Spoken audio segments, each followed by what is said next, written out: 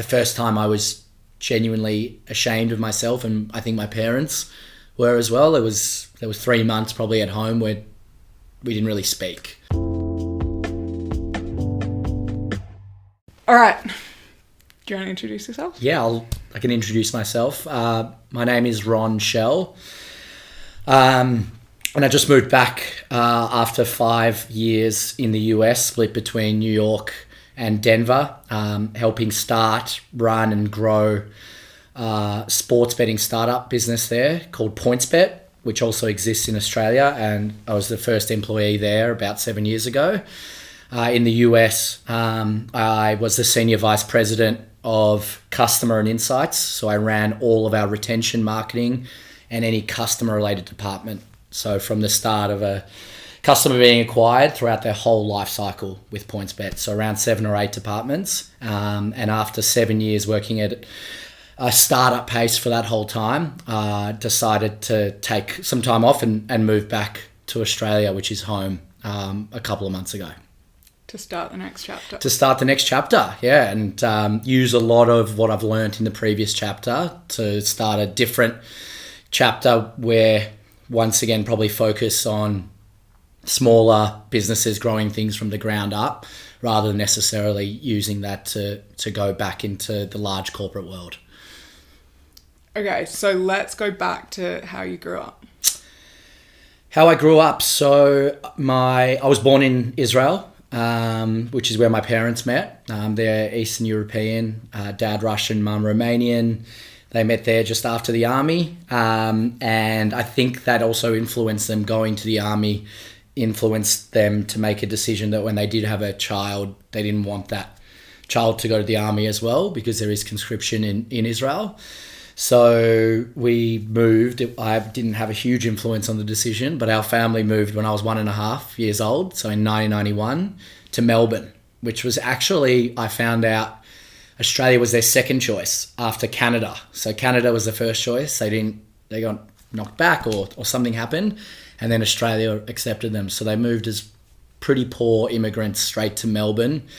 And yeah, I grew up in Melbourne with both my parents working full time, and my mum stopped that when my brother was born, which was about 5 years later. And my dad continued to work, but I had a normal Jewish upbringing in Caulfield South in Australia, which is a very sort of Jewish area in Melbourne.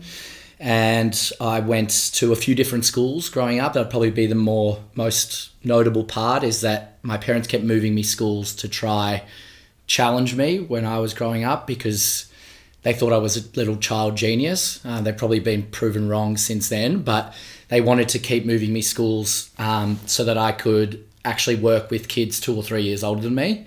Really? When I was in year 2, I would be with the year 4s and 5s doing maths and so on. And that was a new thing that was only starting to happen in the early 90s. So, and why did you have to move schools to because do that? not every school had year 2, 3 and 4, for example, together. It'd be mainly you'd just be with your year. But there was, for example, a school in Mount Waverley called Essex Heights, which was one of the first schools to do that. So I moved when I was in year 2. And then moved again when I was in year 5 back to my first school, Caulfield North Primary School.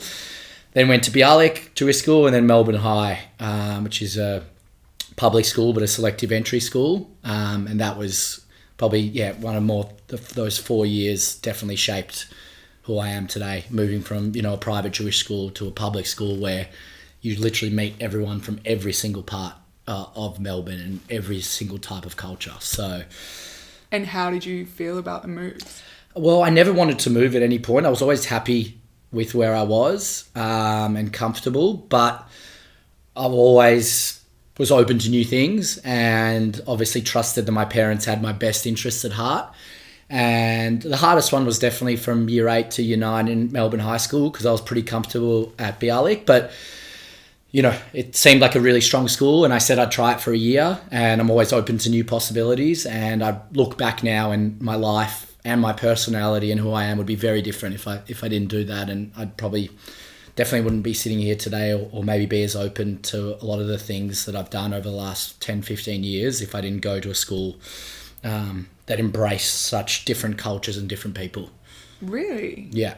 In what way?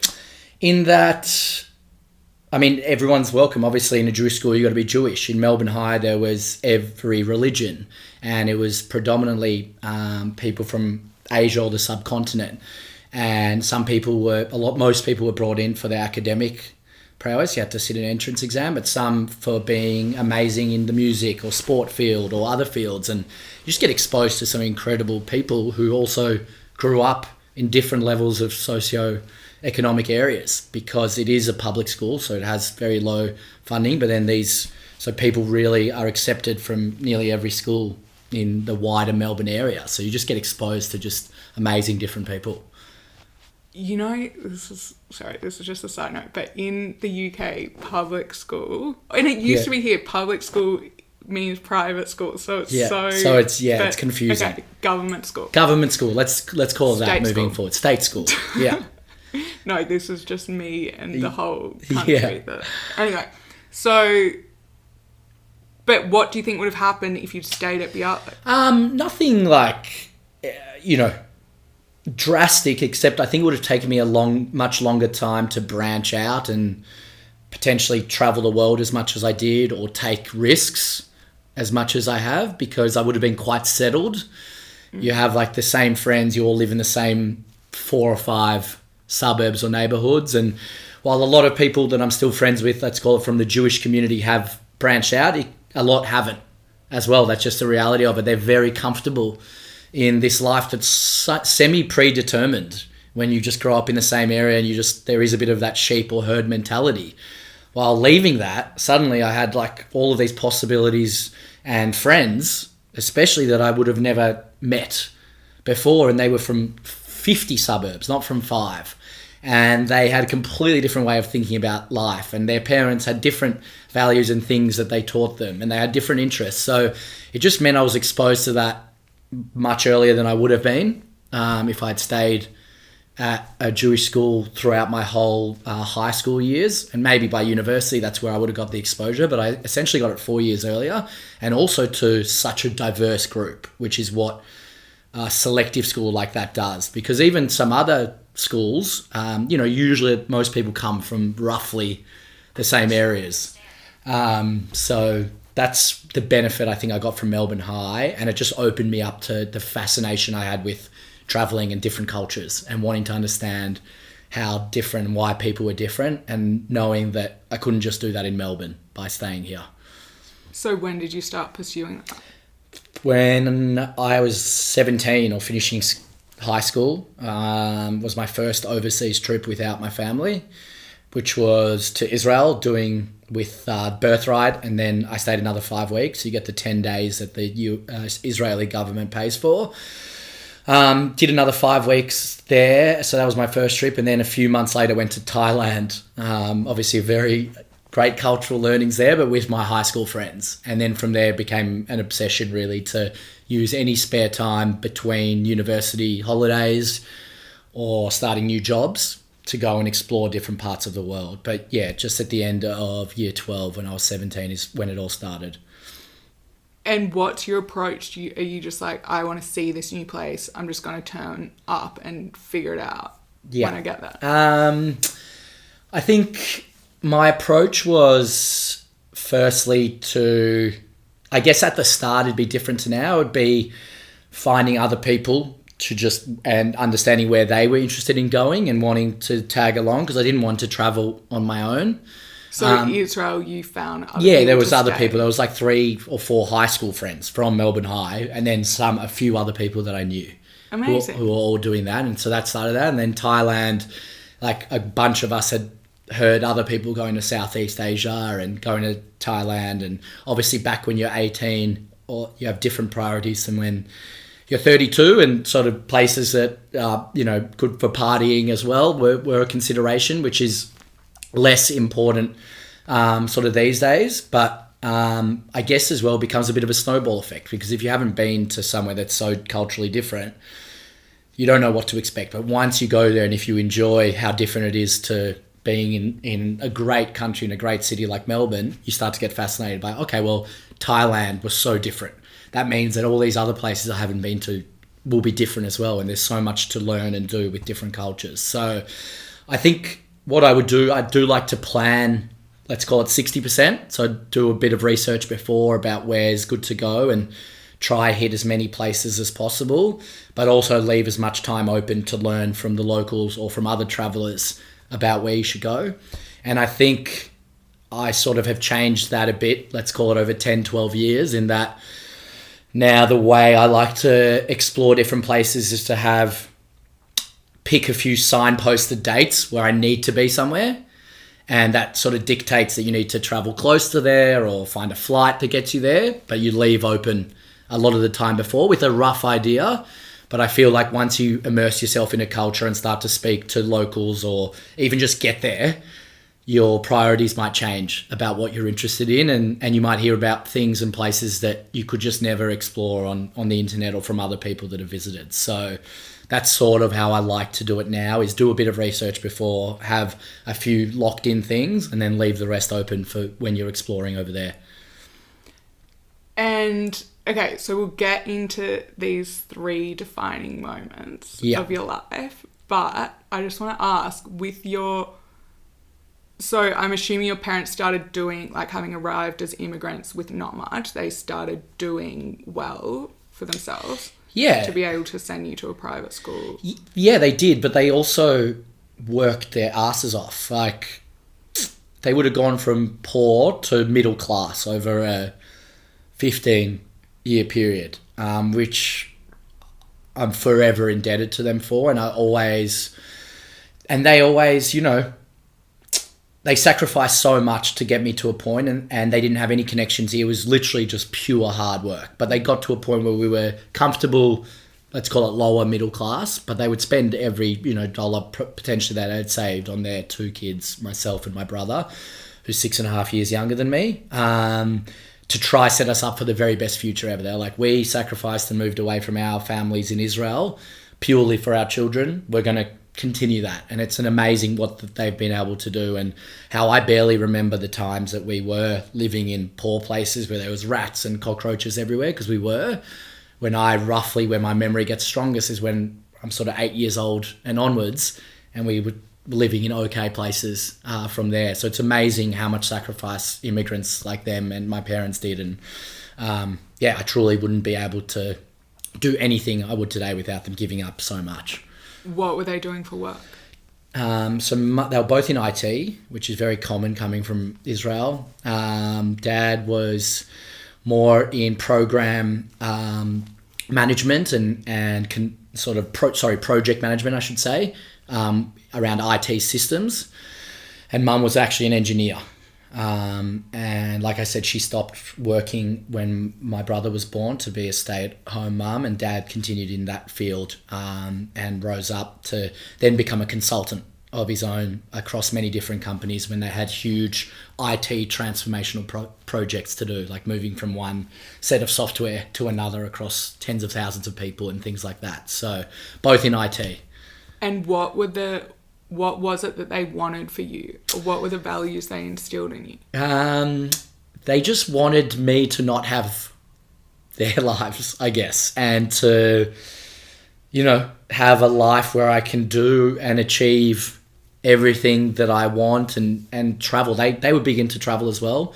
I wish they saved some of the travel we did when I was like 4 or 6 or 8 years old, because I didn't appreciate it or remember most of it, but I definitely got that influence from them. I would have gone to 10, 12 countries before I started to explore myself. And they just, wanted to, I guess, escape that life in Israel, which is very defined for you, and give opportunity that they were still learning what is the opportunity in different countries, and have that for their 2 or how many ever kids they were going to have. So I think, it was just that freedom to do whatever I wanted and to achieve whatever I wanted.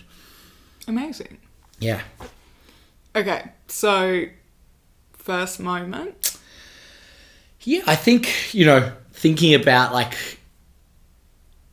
the most pivotal moments or 3 most pivotal moments. There's a few. We touched on, one of them, which I think is moving to a school like Melbourne High. But I think, looking at another really pivotal moment about 5-6 years after that, when I was 20 years old, and probably the lowest moment of my life, which is something we'd briefly discussed.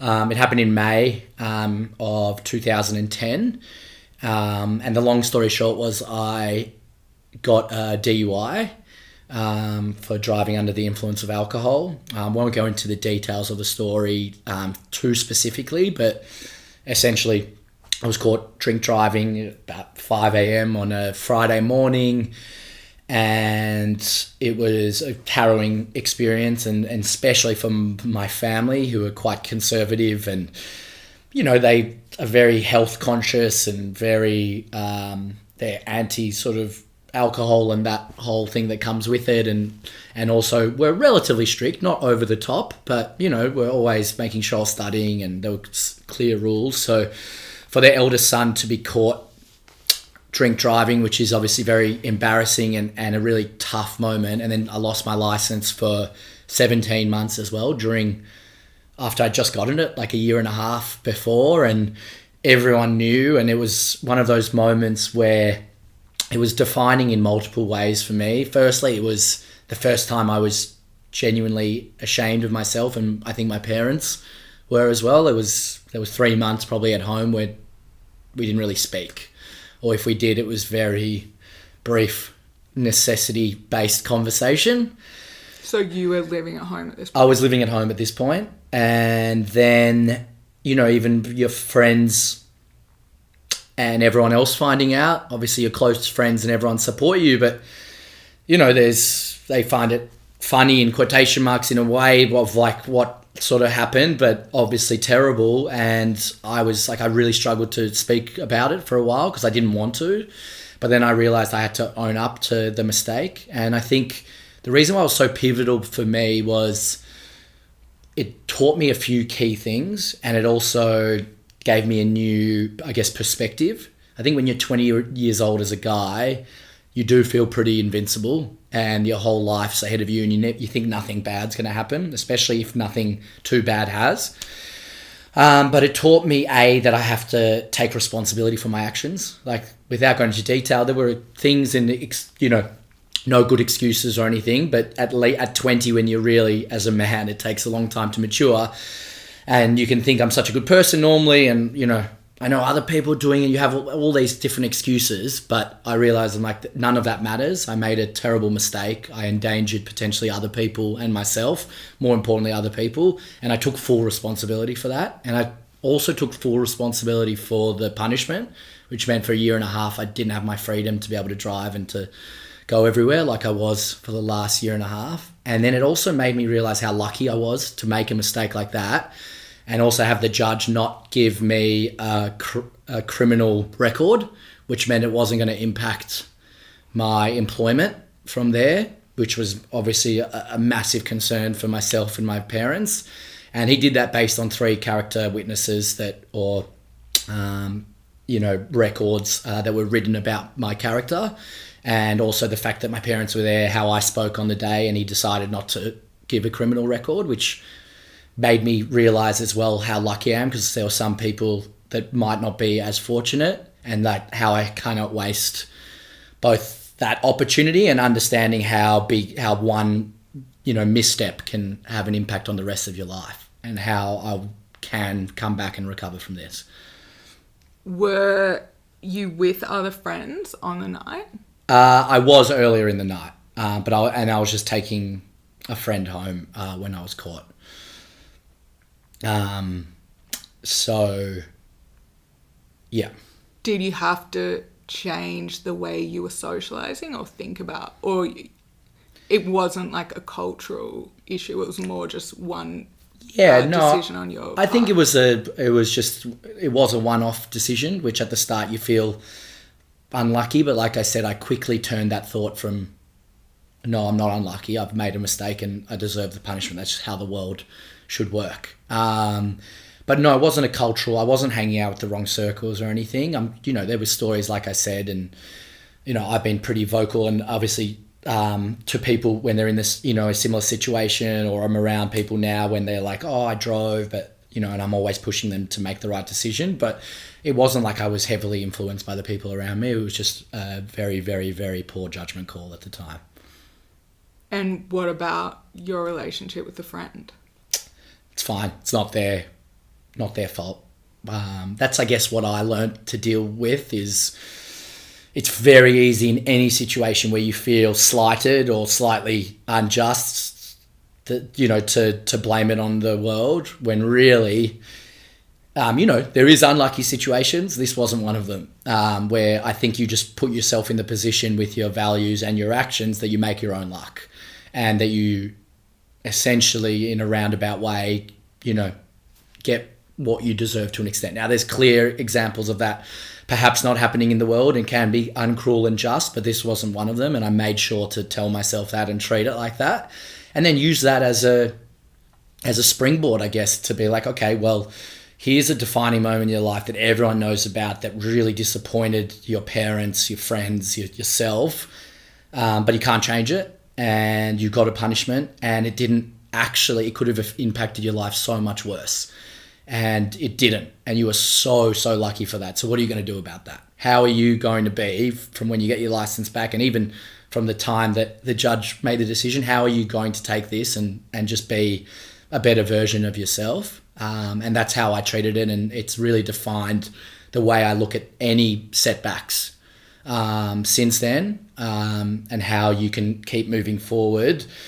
And also it made me realize, if this is like one of the biggest bad things that's happened to me in my life, I've had a pretty still damn good life in comparison to a lot of people. And it's just perspective that I've always had, and I've never complained about it. I rarely bring it up, and it could have really impacted me at the time, but instead it was a positive thing for me moving forward, because I got lucky enough that it didn't impact anyone else's life.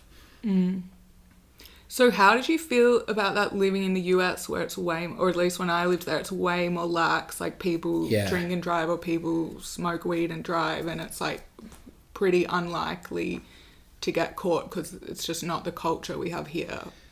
It's a really good question. I really struggled with it early days, because you're right, it is such a different culture. They don't have booze buses, no one gets caught, and this is an exaggeration, but like nearly everyone drinks and drives over there, which is awful. And all I could do is realize, I can't make decisions or influence every single other person, but if I have any way of impacting the decision if I know about it, I'll do whatever I can. And that includes paying for Ubers, taxis, like taking people's keys away from them, making them understand how ridiculous it is to save $30 in one night when you could, cause significant damage to your life and everyone else's. So, but you just realize you can't control every other person's decision, similar to they couldn't control mine. And when I made the mistake, and you can only influence it when you do have an idea. You can't go around and be, this vigilante that's going around trying to stop everyone drink driving. Like that's something I couldn't achieve. But if I was involved in a situation with friends or people that I knew, I would do everything in my power to make sure they understand how easy it is to just say no and do the right thing. And try and move forward that with my conscience, knowing that I've influenced those situations I'm aware of. And of course there are situations happening that they're just out of my control, and I can't go around and do that. So it didn't make you feel like, oh, it's actually not that much of a big deal, and Australia is just this like police state or something? No, not at all. Quite the opposite. It probably fed into my view of the US, that there's just so many things there on a important high level that are very backwards. And we don't have to dive into all of the things that we've seen over the last 5 years, but it's a country that, while I really enjoyed living in for many reasons, fundamentally is broken in many ways. And this is just one example of it, where it feels like a lot of the things that are done in the US are done because they have been done for so long. So like, oh, people did this 60 years ago and we're still doing it now. And that's with everything. And that's why you see so much unrest now, both politically or on a racial front, or on just so many human rights and basic issues. And then things like this, where we haven't done booze buses, we don't treat drink driving that importantly, and we're not going to change because we're the US and that's how we've always done it. Even, I guess, I remember I had to, like, pay rent with a check. Or even someone's like, you owe me, like, can you write me a check? I'm like, what the fuck? I've never seen a check before. I had to get a checkbook and use it. And I thought, like, that was 50 years ago. I used to laugh at that here. And everything, whether it's tipping, whether it's, the drink driving thing we spoke about, whether it's some states having taxes, others not, whether it's the archaic laws, the constitution, gun control, nothing's changed positively for a very long time there. Paper money. Yeah, paper money that if you get caught in the wash, like it's probably gone. Like everything it feels like it's stuck 50 years ago. And then when you speak to people about it, they're pretty comfortable with that's just how we've always done it, which is just so interesting for a country that considers itself such a powerhouse. And from a business perspective, they are. From an economy perspective, they are. But in nearly everything that's truly important to human beings and values and morals and life, it seems like they're quite stuck in their old ways. Mm. And so did your parents end up forgiving you, or how did they? They did, yeah. I think, it's a cliche, but I do believe that time works its wonders in nearly every situation, regardless of what it is. And also my actions spoke louder than words. And I think with my parents as well, that was always the case, that especially my dad, he's a very pragmatic Russian man, and everything's defined by principle and how you act and what you do. That speaks for the volume of your character. And like I said, I took it in stride. I obviously apologized. I did everything I could to rectify the situation. I understood the shame, I guess, that I brought to the family at that point and myself. And I just moved forward with continuing to do everything else in my life in the right way. And, have proven that, I guess, over the 12 years that have passed since that moment, I've had nothing that's even remotely close to that, and everything has been done at the highest, I guess, level in relation to sort of values and morals that my parents have instilled on me. But it did take a good 3 to 6 months to get back to even, acting normal around each other. So then how does that work with you being a risk taker? I think it's just always been in my nature from when I was very young, whether it's just through a bit of mischievous nature. I was always a big talker and somewhat a class clown, and always like to explore and do things. And my parents laughed that I like to make every single mistake at least once, and that I don't need to, that I could just listen to them and that I could avoid some of those mistakes. But I've always had that curiosity about me that's really different to my parents in a way, and they don't know where it came from, but it's just always been in me. And I think, what it taught me is I actually didn't change much as a risk taker. It just meant that instead of taking risks maybe a bit blindly as a child or as a teenager, I now at least put a bit more thought into things and used, I guess, that risk and other things that maybe didn't go to plan as something that's almost like a second check in the back of my mind. So I'm still taking as many risks, but at least I'm thinking things through, even if it's in the moment somewhat, and using past experiences to define that. But I think because, I probably for a year after that, I probably was very much head down, studied, didn't go out of my way to do anything, or say yes to things that I might have said yes in the past. But once again, time got through and I realized, hey, I can't let this define me and bring me down as a person, especially if I'm doing all the right things. I can go back to the person I was, but be a more learned version of that person that makes more logical decisions. Even if it doesn't appear that way on the surface, I know in the background. It's like when you hear the voice of like your mum and dad growing up at the back of your head. They think you're not listening to them, but it's just that little voice. I just had another voice added to the back of my head that was another control for when I started and continued to make sort of big decisions in my life.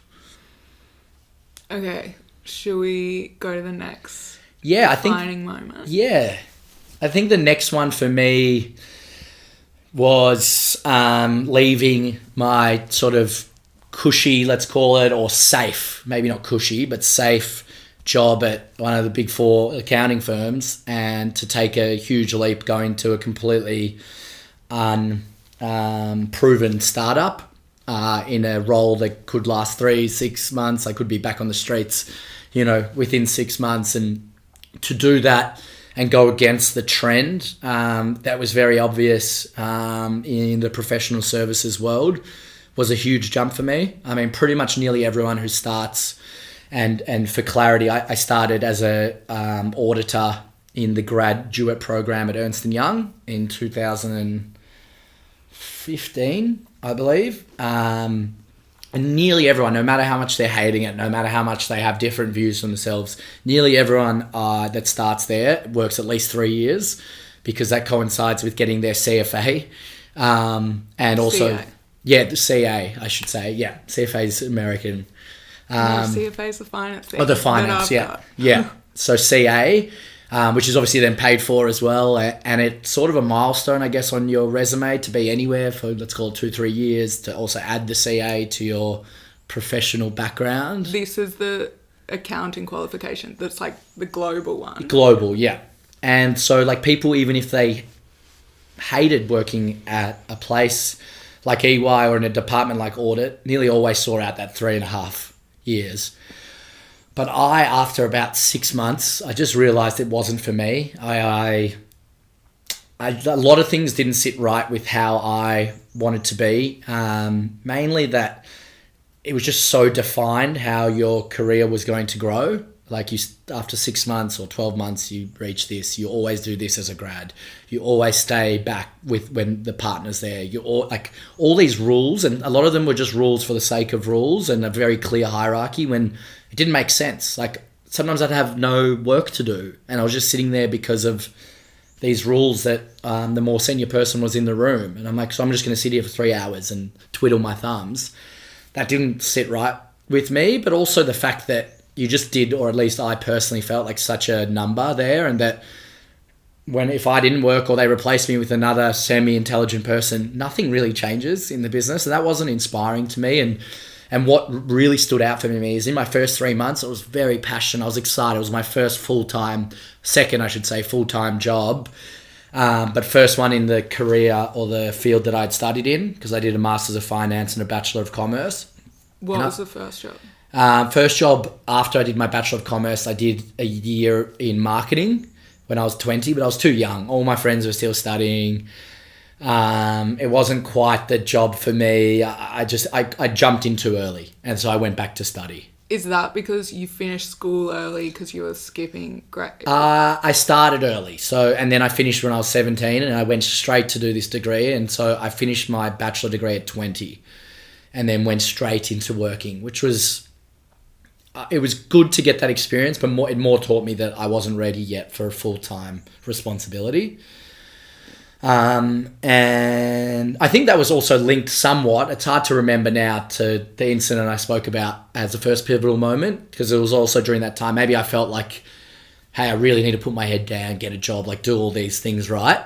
But then I realized once I started, I can't, like I'm not ready yet. None of my friends are doing it. I'm like relatively miserable doing this, and I'm just going to go back to study and delay working full time for a bit.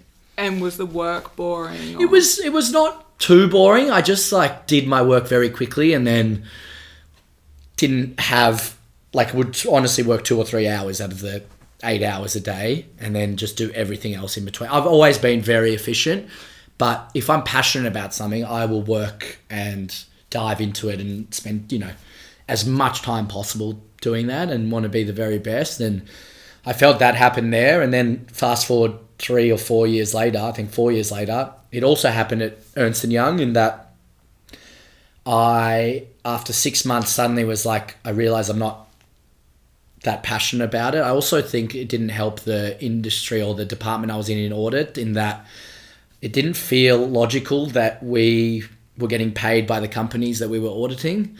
And no matter what would happen on the day that we needed to close an audit, we would close an audit. So in my mind, I'm like, no, it doesn't really matter what I do here. I'm just like, it just felt like I didn't really have a purpose. And the way I saw that, and that it was eye-opening for me, is when I didn't want to be the best there. I was happy to be in the middle. I didn't want to be the worst, but I was happy to be just like, oh, he's doing a pretty good job, as opposed to nearly everything else in my life. I'm so competitive that I always want to be number one. I'm not number one in everything, but I always wanted to be. And as soon as I realized that I was going to work every day not wanting to be number one, I'm like, this can't be how I spend 70% of my weeks moving forward. So what were you motivated by to that point? So your work, like in this marketing job, backing up, what you were like, got my work done, and then what did you just wanted to socialize or be with friends? I was very social, so socializing and being with friends and doing that. And I had a lot of like sports and other hobbies. I spent a lot of time doing fantasy sports. I came second in the nation once in one of the biggest ones here in Dream Team, which was actually during that period. Luckily, I had this extra 6 hours a day to work on those spreadsheets, which I did. And that was just about winning. It's about winning, yeah. And you know, I would have been playing 2 or 3 sports at the time. And yeah, I was a classic. I just wanted to have fun. To be honest, back then, I wasn't motivated yet by career. I was motivated by having old money. I was just motivated by having as much fun and laughter with my friends as possible. And you weren't looking for independence either. Like, you're happy being with your parents. Yeah, but I had moved out. I should have probably mentioned that. At the end, about 4 or 5 months, no, actually a bit longer, 8 months after that first DUI incident, I actually moved out for the first time out of home. I just wanted my freedom. So I was motivated by independence, but I was doing enough casual work to get by, paycheck to paycheck roughly, but enough to be able to afford rent with my best friend, Lockie. And then spent every other dollar on socializing and travel. What kind of casual work were you doing? I was doing a bit of telemarketing for 3 or 4 years, raising money for the Heart Research Institute, heart disease charity. Something I was pretty good at that. I just was a second nature. And it paid very well as a telemarketing role. I did that for about 20 hours a week. And the rejections of that didn't bother you? Well, it did, but luckily the way it works in this particular call center is you do start as a cold caller, but if you get really good at that, they move you on to warm calling, so calling previous people who had previously donated before, which is super easy. Even if they don't remember, they trust you that you're calling them on the right pretense. And I only had to do 2 or 3 months of cold calling before I was upgraded because I was really good at it. And then they put me on warm calling, and I did that for 3 years. If I had to stay just cold calling and have that rejection, I probably wouldn't have lasted 3 years. So what's the secret to being good at cold calling? I think you have to have fun with the rejection. And I found, and I do this with a lot of things, but you had to have games that you were playing, whether internally in your head or with the people right next to you, that helped you get through what is difficult. Like, no one enjoys people swearing at you, people hanging up on you, not hitting your targets when you feel like you're putting in the exact same effort as the day before. But that's the nature of cold calling. It's like many things in life. It's probably 60% skill and 40% luck. And I find that split is very accurate for a lot of other things, which we might get to. But you can do all the right things. But then the difference, I guess, with cold calling is that, you know, it is demoralizing sometimes. But if you have little games to play and like how many people are going to swear at you? Yeah, or like inserting words into the conversation. That was one of my favorites. You pick like 10 ridiculous words or phrases that day, and you just had to insert them into the conversation, but not randomly, where you just say like banana. You actually had to make it make sense. And that was really fun for me, and I just like that sort of stuff anyway. Probably going back to my days as 12, 13, 14-year-old, I was one of those annoying kids who used to prank call radio stations.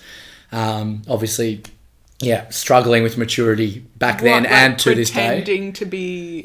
different people, different accents, saying different stuff. We would call trivia shows, like late night shows. They were doing like quizzes and just pretend to be different and things. And get kicked off the air essentially. Like that was fun for me back then, and with obviously with other people. But I always liked to have a bit of fun, and that helped with the rejection aspect. And then just always understanding that it's got nothing to do with you, and then you can't take it personally. And then doing it, I think it helps if you're ever in an environment like that you do it with people who are the same age and at the same stage of life, because you have so much in common to talk about outside of just the work that you have another reason to go in. So I found a lot of my casual jobs were completely defined not by the enjoyment of the job, but by the people there. And you could say that for your current and your career-related jobs, how big an influence that has. But definitely back then, it was the people that really mattered the most. And I found there was a lot of people at the age of 20 to 22 there, and we all became super close friends. So I had such a good reason to come in, and then getting promoted pretty quickly helped as well. Okay, so then you went back to uni for a couple of years. I went back to uni for a couple of years for a few reasons. One, I didn't want to work full-time. I wasn't ready. And two, I wanted to go on exchange to the US. I wanted to go anywhere, but the US had this appeal to me, this romance, just because of the basic reasons of growing up with US movies and seeing colleges and all the sport and the parties and the fun that they're having. You sort of think, is it really like that? And I was too lazy to fill out all the paperwork during my undergraduate degree when I should have done it. And it was like, all right, go back, keep moving yourself forward so you're not stagnating in your life. So getting a master's can't hurt you. And then that also means you're delaying working because you're not ready. And you figure that out by going and working and seeing that you weren't ready at 20. And then try use it to fulfill another dream of yours, which is to study abroad. And I was able to do that with my Masters of Finance and ended up doing a semester abroad in Boston College in the city of Boston in Massachusetts in the US. And that was a 7-month trip in total. I did 4 months in Boston, about 6 weeks in the US after that, road tripping from East Coast all the way to West Coast, and then went to Europe for 6 weeks, meeting friends, visiting from Australia. So an amazing time of my life. I could have easily listed that as one of the pivotal moments. But I extended that master's degree over 3 years, even though you could have done it in 2 years, just to once again keep traveling, keep avoiding starting the rat race, I thought at the time, and do it when I'm absolutely ready. Yeah. And I guess you can do that in this country because you can take low interest debt that's basically, it's just linked to inflation. Exactly. So you take it was a hex debt here, which I'd literally just paid off my last installment earlier or late last year. Nice. So 9 years on from finishing it, which is an amazing thing that you can get here in Australia. And then I also was, I guess, going back to the risk-taking theme, I was willing to travel and live in debt. Credit cards and all the stuff they tell you not to do, I was a poster boy for it because I had such confidence in my future and my abilities to knuckle down and do things when I'm interested in them, that I'm like, hey, I've got all this time in my life to worry about my career. Now in my early and mid-20s, I want to travel, I want to go and do stuff. And even if I don't necessarily have the funds, I'm going to find a way to do it. And that meant opening a lot of different credit cards and getting into a lot more debt than what I probably should have, or definitely what my parents were comfortable with. But that was my decision, and that allowed me to do more travel than I probably could afford at the time. Did it ever get out of control, or you were managing? Depends who you ask. If you ask me, I would say I was fully in control, but in reality, we're talking about tens of thousands of dollars here. And as a 23, 24-year-old, that's a lot of money when you haven't really earned much money or only had a full-time job for a small time. So I would say realistically, looking back, knowing what I know now about finances, saving and everything, I probably took it maybe one step too far, definitely not out of control, but I probably didn't realize how much time it was going to take me to get back out of debt. And I think I'm very lucky as well to have the safeguard where you sort of knew at the back of your mind that, you have your parents there and not everyone. I didn't have to rely on that, but even just knowing that is an unfair safeguard that a lot of people don't have. And saying that, I tried to avoid that completely, and did, but that meant opening up high interest credit cards and spending a lot of my time over the last 5 years paying off those loans. But I have zero regrets about that, because it really defined how I am now as a person, being able to do all that travel that I did before life gets tougher, when you suddenly have to obviously get leave and do it around all your other commitments. It's much harder to find 6 weeks or 8 weeks or 7 months now to travel. And I don't know why, but I sort of knew that. Maybe I could see that my friends who were already working, whether they were older friends from the footy club or other people, I'm like, wow, they don't have any freedom anymore. I'm like, I have to make the most of these years, even if it means going to debt, because I believe that I'm going to earn and have a plan. And my plan was essentially that I am smart enough or good enough at anything I put my mind to. And eventually, when I do work and commit to it in the same way I've committed to having fun or traveling now, I'm going to be successful. Now, I guess bold looking back at the time, but that was always how I looked at things. That's so interesting. Yeah. Yeah, it was always, and it was definitely different. I mean, maybe 1 or 2 people I knew lived like I did, but most would say no to things if they didn't have the money, which is the normal way to look at it. When I was like, no, I don't want to, because I'm going to regret it later. And from what I've seen, by studying my older friends, like, this is what happens in life. There's all these phases, and like, they go very quickly, and you need to make the most of them. And I'm like, hey, why do I need to start work at 22? I don't. There's no law that says that. So I pushed it back, and I remember even Ben, who was on the show, is one of my great friends. Him and the other grads were much younger than me at Ernst & Young when I started, and they used to make fun of that. It didn't bother me at all, because I made that decision to start at 24. My proper career instead of 21 or 20 or 22, like a lot of people, and do another few years of study and travel.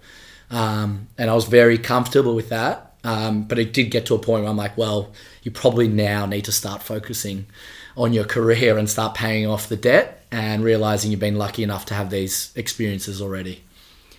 Okay, so that was coming towards your master's, that you're like, what's going to happen with this career? Yeah, and so after my master's, when I took the job at Ernst & Young, I went through the same process where as a lot of people, where you apply for all the banks and the big 4 accounting firms or professional services firms, and ended up getting a few jobs. But through talking to people, they said it's like an amazing thing to start your career at one of these firms, because of what you learn there and also how it looks on your resume. So I listened to that and jumped into that. But like I said, about 6 months in, I knew it wasn't right for me. And so I started to think about, well, I can't work in something where I'm not enjoying it, 70% of my life, and I'm not motivated, because that's how I define everything else. If you ask anyone, they're like, he just throws himself into things if he's interested, almost to a fault sometimes.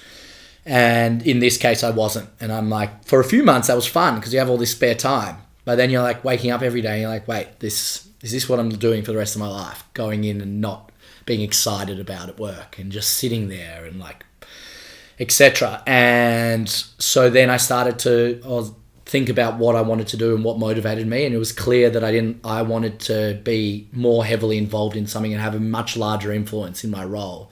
And so speaking to people who were a lot more informed than me or had worked a lot more professional years than me, it started to become clear that being in the startup area, where you can get exposed to a lot more things and you might have a lot more responsibility from day one, seemed to really suit both my skills and my passions.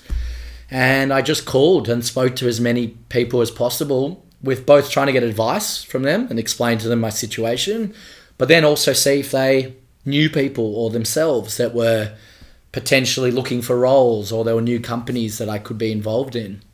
And I guess it finally leads to that pivotal moment, which I started talking about 15 minutes ago and haven't even scratched the surface, of me taking the jump 15 months after joining EY, once again, which is quite short, of moving from there, and a month later starting at PointsBet Australia, which was a company that didn't actually exist at the time, but was a sports betting startup trying to bring the world of spread betting from the UK to Australia, which was already a mature betting market, but didn't have this exact type of betting product that had become pretty popular in the UK, which was an even more mature betting market.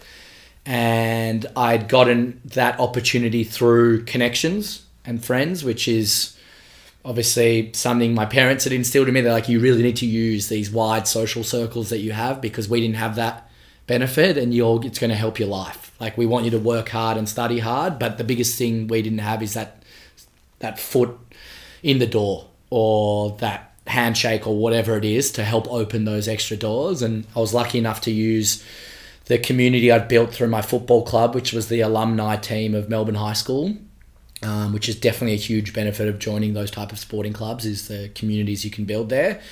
And they put me in touch with the now still owners of PointsBet, who then took a chance on me, admittedly, with very little experience, to have a role at the time, which was the head of customer service and an outbound sales team. I've never run customer service. I'd done outbound sales for a charity, but I've never run a team. But I got recommended. It was that startup vibe. They took a chance on me. They're like, hey, we'll let you do it, and you need to prove yourself. And I jumped from EY, which a lot of people were surprised about, so soon to do it, to a completely unheard of company in a role that I didn't have really any experience in. Did that affect you at all, the opinions of other people? No, I sort of thrive on people thinking that what I'm doing is a risk, or being surprised by it. Not in necessarily a classic chip on the shoulder sort of way, more in I'm just excited to, I guess, either prove you right or wrong. Like, I want to find out for myself. I think going back to what my parents would say, like, that I always want to learn things for myself, even if other people have really strong opinions or experiences. I just want to see it for myself. And so for me, it was more exciting. And some people were like, wow, that's so cool, and I'm so proud that you're taking that jump. I could never do it. And other people, you could tell, they didn't say it out loud, but I could tell from their reactions, they're like, that's crazy. Like, you've got this steady job, you've just started it, and now you're going to this company no one's heard of, and you might be, having to look for another job in 6 months. Like, you just do your time like everyone does for a few years, and then do that. So, no, it was sort of motivating in a way, but I'm sort of self-motivated, and I'd already convinced myself this was the right thing for me, and I was so excited by it. And I should say, surprisingly, I had the full support of my parents, who are very risk-averse. So to me, I remember when I was going to tell them about it, I thought there would be some pushback. But your parents know you very well, and they could tell I was unhappy at Ernst & Young, and they also have very high opinions of me, probably too high. And they were like fully supportive, even though they're not risk takers, and they would probably not do the same thing themselves. Saying that, I mean, they took the risk of moving countries, but in general, most of their life is not. They were like, no, this is great. We think you're going to do amazing. This is so much more suited to your personality and your skills, and it's exciting, and we want to support you fully. So I think not even having to have a remotely difficult conversation with my parents, from there, I was just like full steam ahead, and it was quite an easy decision for me, but still a very pivotal one to actually make, instead of waiting a few more years to make it so early. I think, obviously, looking back was the right decision, but at the time, such a pivotal moment in my life. I'm 26 years old, which is such a crossroads time for so many people. And, I've just started my first proper professional career role, and I'm making this jump at this age, with no savings in the bank. In fact, quite a bit of debt. So it was, a pivotal moment in that way. And your attitude was just like, I'll give it a shot. If it doesn't work out, I'll go get another job. I always was confident I could get any job that I wanted. I usually interviewed, or not nearly always interviewed very well. I had a good background. I had a good enter score. I had 2 degrees. I was relatively personable. Depends, once again, who you ask. I'm like, what do I have to lose here? Like, I'm in my mind, going to be able to get a job even if this fails. And the flip side is, I'm finally going to be motivated for my work, and I could lead to anything. I didn't have in my wildest dreams the thought that it would lead to what it has 7 years later, and such a huge career progression in such a short period of time, and moving overseas and all the things that came with it. But I did think that, I saw that many times in my life, every time I took a risk, and this was a bigger one, that you never really regret it, unless it's obviously a poor decision or something you're doing wrong. But when you're doing things for the right reasons, even if it was to fail, for me, I would have been proud of myself, and I would have been happy enough to talk about it with people. Because I think one of the things I've became a lot better at in my mid-20s and to now is I'm very open book about the things that I do poorly and that I've done poorly in the past. And I'm willing to share my failures, of which there's many, just as much as, if not more, than my successes. Successes, I think, are obvious and most people know and are following them. I'm willing to talk about both just as equally. So I never cared, even if it did fail, that I'd have to, in some ways, be tail between my legs and go back potentially to another professional services or similar role. So what else do you see as a failure in your past? It's probably more like professional, things, but that comes from learning. I wouldn't say there's many massive, failures. And I think it's because I do take so many risks or do things. I pretty much do everything that I want and follow through with it. But I'm very hard on myself in terms of always wanting to achieve everything as quickly as possible. I think the hardest things for me, or the biggest failure that jumped to mind when you asked that question is, I really professionally at PointsBet, because I just got thrust into this role where, because I took everything with both hands and asked for as much responsibility as possible and did a good job from day one, suddenly I was a manager to a lot of people after never being a manager for the previous 6-8 years that I'd worked in casual jobs or the other jobs that I've listed. And suddenly I had so much more responsibility than probably what I'd anticipated or deserved at that age, and with that level of experience. And one of the things I learned, especially as I grew into the US role, which grew even bigger, was that I wasn't going to be able to make every single person successful under me, or even more importantly, that every single person in my team or the company was going to like me. And that was a huge thing that I battled with probably for like 6 to 12 months, because outside of work, it was probably someone that wanted everyone to like me, and you could argue almost somewhat sometimes defined by that, and joking around and having fun with everyone. And I thought that was very easy to lead into your professional life, and it did to start. But as soon as the company grew to a medium-sized company and you start to have very normal business decisions to make, and you start to manage 10, 12 people in teams of 50 and things like that, I made a lot of mistakes just from learning about how to manage different personalities and how everyone is not the same as me and not motivated the same way I am, and that everyone needs to be dealt with differently, and you can get the best out of people in very different ways, and you have to look at it that way. And that even at my very best, there are situations where I'm not going to be able to get certain members or team members to a point where I want them. And I used to look at that as a failure on me, when I've had enough experience now to realize that, sort of what I was saying with a lot of things, you can do everything right, or at least what you think everything is right, and apply every bit of logic and theorem you have around managing people and teams, and it's still not always going to work out exactly as you believe. And you can't take that all as being your fault. And you start to see that after more experience, that if 80-90% of the time things work out as you expected them, then you are doing a good job, even if there is the 10-20% of the time where things don't work out exactly as you had thought. But it took me a while to understand that, because I thought, hey, if you put in time with everything, you just achieve results, and it's fully in your control. But there is always an element of luck or things out of your control, especially when you're dealing with other individuals, and a lot of things that you can't control about them and their lives and their personalities, that you can't individually. I can't control that. And so that I used to look at as failures back in the day, because I thought I was a good manager, and that no matter what, I could make everyone under me or with me successful. And when not every single person was, or I had to get rid of people, or people left, or people didn't like me, I took that as a failure myself. But I've since come to learn some of that was me, for sure. But then after now 7 years of significant management experience, probably fast forwarded in such a crazy growth. There were 4 of us when I joined, and there's over 1,000, and I oversaw a lot of that, including hiring over 80 people probably in my time. I've come to realize that some of that was failures and others were perceived failures at the time, but nothing I actually could have influenced. So yeah. So how do you go now with when you come across someone who doesn't like you? Are you...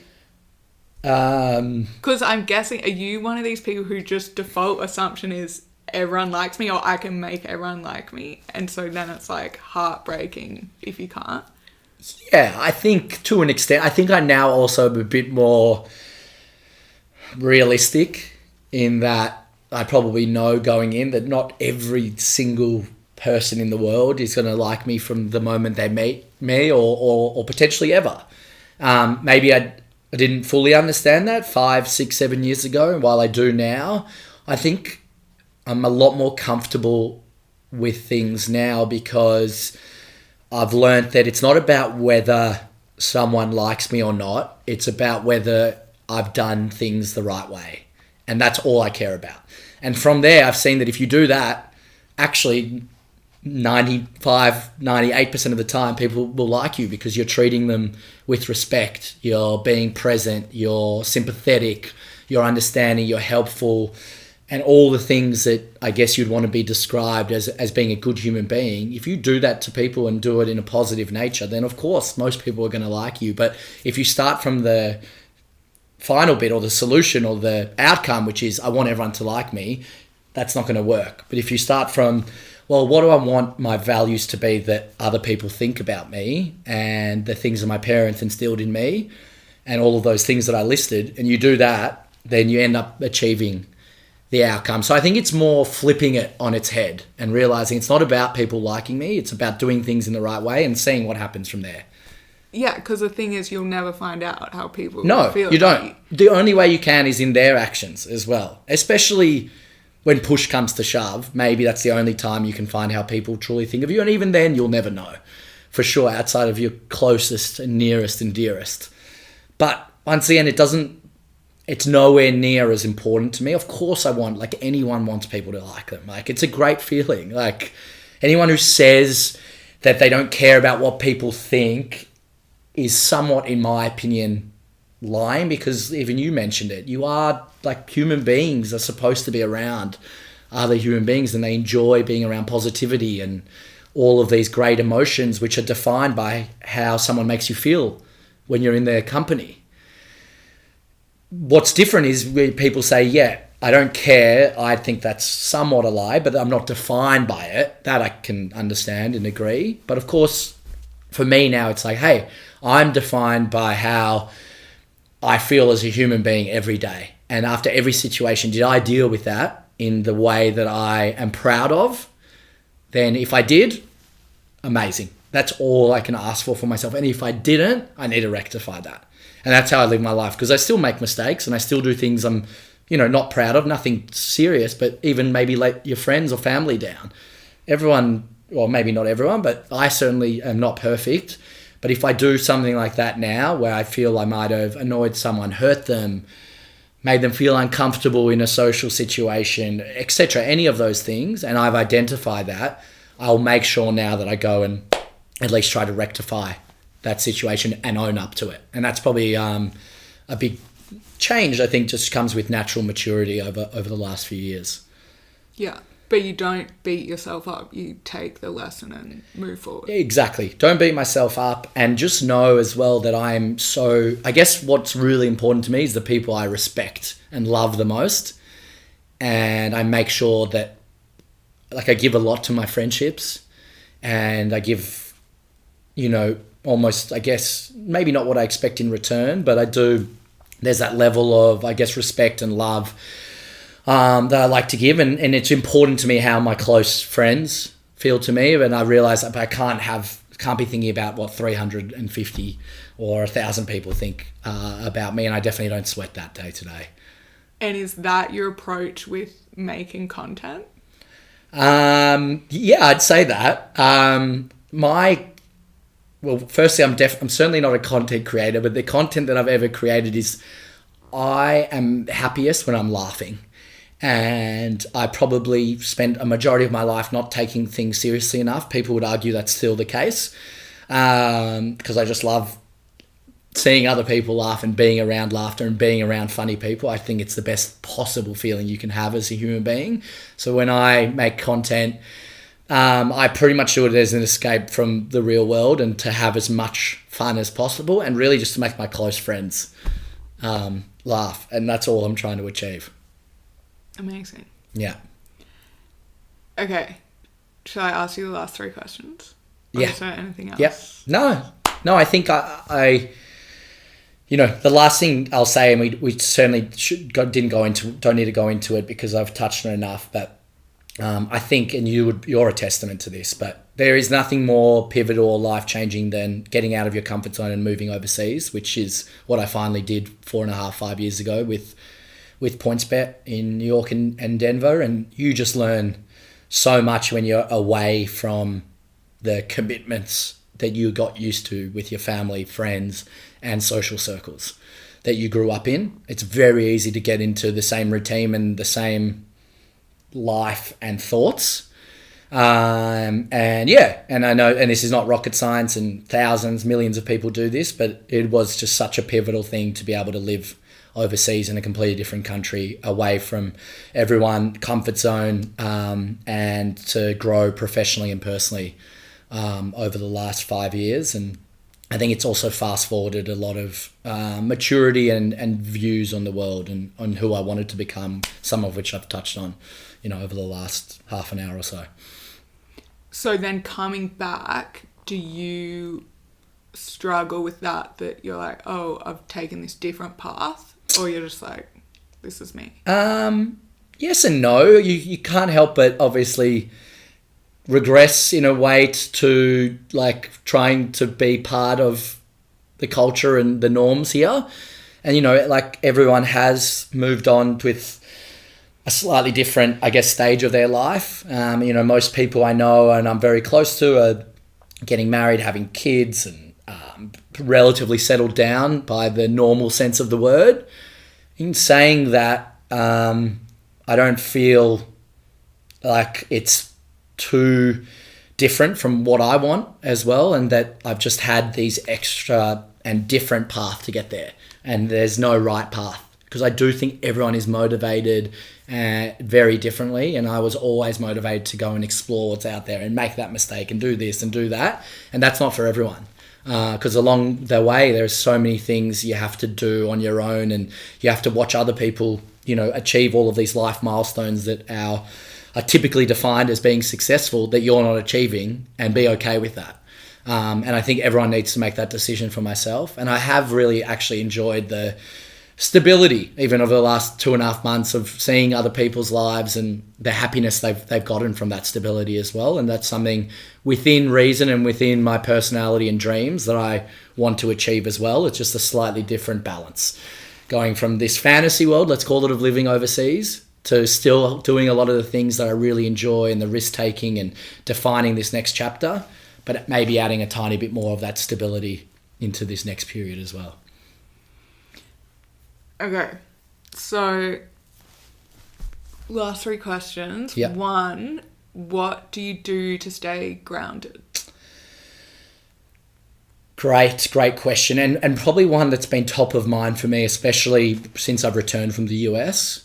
And mainly because it is a pretty selfish culture over there. And I always caught myself thinking, hey, I don't want to get too far down the road thinking like this and being too self-involved and too self-obsessed with your career and what you're achieving and all these things. So I made a point when I moved back to try and involve myself in things, I guess in volunteering, you can call it. And That's one thing. Like, for example, even helping out now with my old football club, which is in any way possible, whether it's on match days or with their finances or running social events. Something I already did back when I was in Australia, but now doing it as a non-player is something else. And I've identified a few children's charities as well that I'm going to be helping out probably once a month on a full day basis.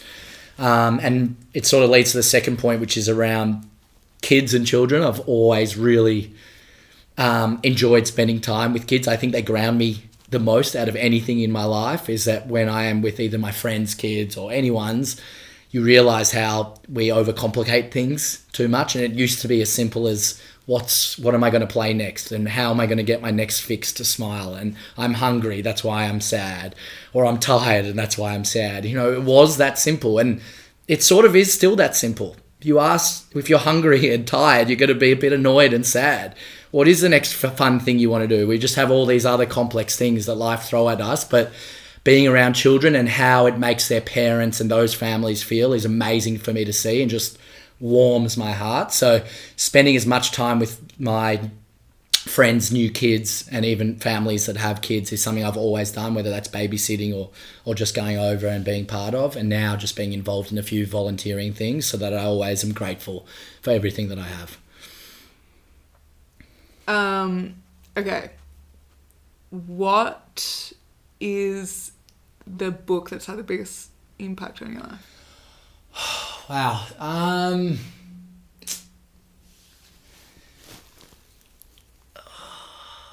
It's a tough one. I've read a lot of good non-fiction books, but honestly, and this is maybe a bit of a weird answer, but I honestly think the biggest impact on my life was had by the Harry Potter books. So maybe let's say starting with the first one, but really as a group, because that was probably the first books I properly read that helped and that created once again this desire to just explore what's out there, like that fantasy world, and the fact that a world like that could be created even though I knew it wasn't real, and being so immersed in something and so obsessed with that world and that thing. That was the first time, that like books or literature made me think like that and added to those fantasies that I wanted. So, and it was during such formative years when you're learning to be yourself and a teenager, and it's, quite difficult. So yeah, not a sexy answer in some sort of self-help or inspirational autobiography, but I just remember those books and how they made me feel, having such an impact on who I continued to become as a person during those years. Yes. And finally, What 3 words describe the best version of you? I think for me, I'd say the best person or version that I always want to display to people can often be different to the version that is there. I mean, that's probably true for everyone, but if I'm honest with myself, or when I am the best version of myself, I think the number one thing for me is that I'm genuine, that when I listen to people, I truly listen and care and ask questions and want to find out about them, and doing it with no agenda. And that's really important to me, that it isn't just a surface level thing. And if I don't care about something, I won't ask about it, and to be a genuine human being. 2, sort of linked to this, and this has been more in the last 5 years, something I've worked on personally, and it's not always the case, but is to be as present as possible. I think I like social media as much as anyone our age, and that's a trap. And, being around people is so special, but often, I could find myself at dinners and you'd look around and everyone's on their phone. It's one of the most depressing things you could be. And it's very easy to keep doing that. And if you need to set some rules that, hey, I'm making time to spend with another person. I spend so much time on my phone anyway. How can you not just take this 2 hours off? And so that's almost been something that I've trained myself to force, and be present. Be in the moment, because you'll regret it otherwise. And these moments will go. And then probably third one, with lack of a better word, just being as uplifting or positive as possible. I've come to learn that people do feed off my energy when I'm in a good mood. And the way I learned that is that when I'm in a bad mood, everyone knows immediately and mentions it. And I was like, what's wrong or whatever. And I don't even know that I'm showing it so much, but it's so clear that as soon as my mood changes, which is, I'm usually really, really positive, that people can sense it, and it can almost take the air out of the room because I'm so positive most of the time. So it sort of taught me as well, similar to being present and genuine, is be that uplifting person that adds value and positivity and excitement to people's lives, and you get so much more out of that in return because then they feel comfortable to do that back. So yeah, I'd say genuine, present, and uplifting. Nice. Awesome. Thanks for coming on. No, thanks for having me. It's good to have you back in your hometown.